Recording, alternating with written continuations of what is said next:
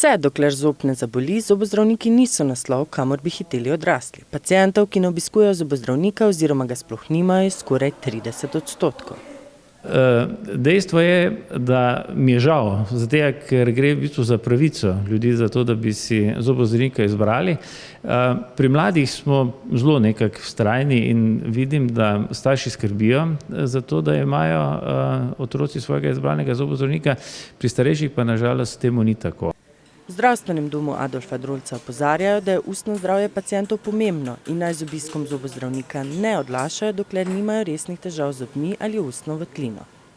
Mi res podpiramo preventivno delovanje in predvsem, da ne bi prišlo do takšnih sprememb na zobovju, ki potem zahtevajo resne posege, in resno pozivam vse, da to svojo priložnost izkoristijo, da si izberejo svojega zobozdravnika, da se naredi en pregled preventivni in potem, da se tudi naredi en načrt potem za morebitno zdravljenje. Iz evidenc izhaja, da je trenutno v celotni območni enoti Maribor, ki vključuje tudi izpostave Lenart, Ptuj, Ormož in Slovenska Bistrica, na voljo še 128 zobozdravnikov.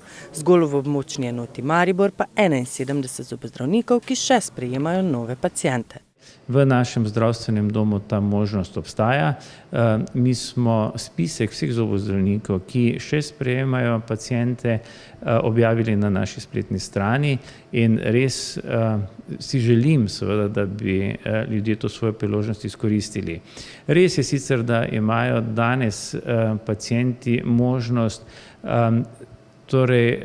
menjati zobozdravnika. Nekoč je veljalo, da izbira velja 1 leto, danes se je to spremenilo in ga lahko zamenjate že prej.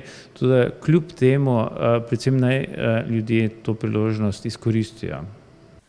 Na podlagi odziva odraslih, ki si bodo izbrali svojega zobozdravnika, bodo lahko dobili podatke, kakšne so potrebe po dodatnih programih tudi za preventivo odraslih.